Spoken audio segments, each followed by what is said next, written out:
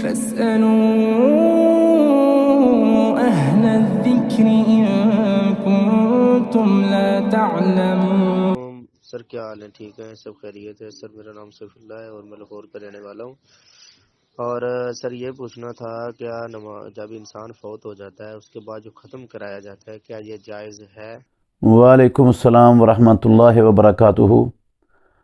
فوت شدگان کے لیے ان کی وفات کے بعد جو پچھلے لوگ ہیں وہ 4 کام کر سکتے ہیں۔ یہ چاروں کام کتاب اللہ سے اور پیارے پیغمبر کی صحیح احادیث سے ثابت ہیں۔ پہلا کام ہے میت کے لیے دعا کرنا۔ کوئی انسان بھی جب بھی جہاں بھی دعا کرے گا میت کے لیے، کسی ایک میت کے لیے، زیادہ میتوں کے لیے، اس کی دعا کا فائدہ انشاءاللہ الرحمن میت کو پہنچے گا۔ دوسری چیز ہے میت کی طرف سے حج یا عمرہ کرنا۔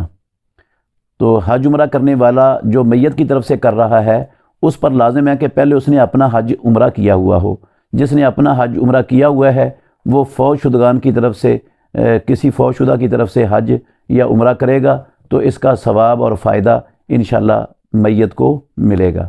تیسری چیز ہے میت کے اوپر قرض ہے، خواہ وہ اللہ کا قرض ہے یا انسانوں کا قرض ہے، وہ قرض اتار دے تو اس کا فائدہ بھی انشاءاللہ الرحمن میت کو ملے گا۔ چوتھی اور آخری چیز ہے کہ میت کی اولاد وہ اپنے والدین کی طرف سے صدقہ کرے، یہ کہہ کر کہ یا اللہ یہ صدقہ جو میں کر رہا ہوں اس کا ثواب میری والدہ کو دے دے یا میرے والد کو دے دے یا دونوں کو دے دے، تو یہ بھی جائز ہے، اس کا فائدہ بھی انشاءاللہ پہنچے گا۔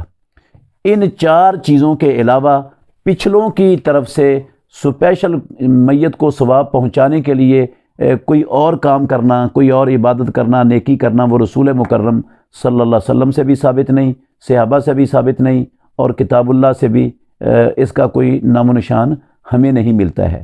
یہ جو تیجے کا ختم ہے، کلوں کا ختم ہے، ساتے کا ختم ہے، یہ ساری چیزیں لوگوں نے اپنے پاس سے بنائی ہوئی ہیں، نہ عہد رسالت میں تھیں اور نہ عہد صحابہ میں تھیں، اور نہ ہی ائمہ 4 رحمۃ اللہ علیہم ان میں سے کسی کی فقہ کے اندر ان کا نام و نشان موجود ہے۔ نہ کلوں کا نام ہے، نہ تیجے کا نام ہے، نہ ساتے کا نام ہے، نہ 40ویں کا نام ہے، نہ 11ویں کا نام ہے، یہ چیزیں نہیں ہیں کتاب و سنت میں۔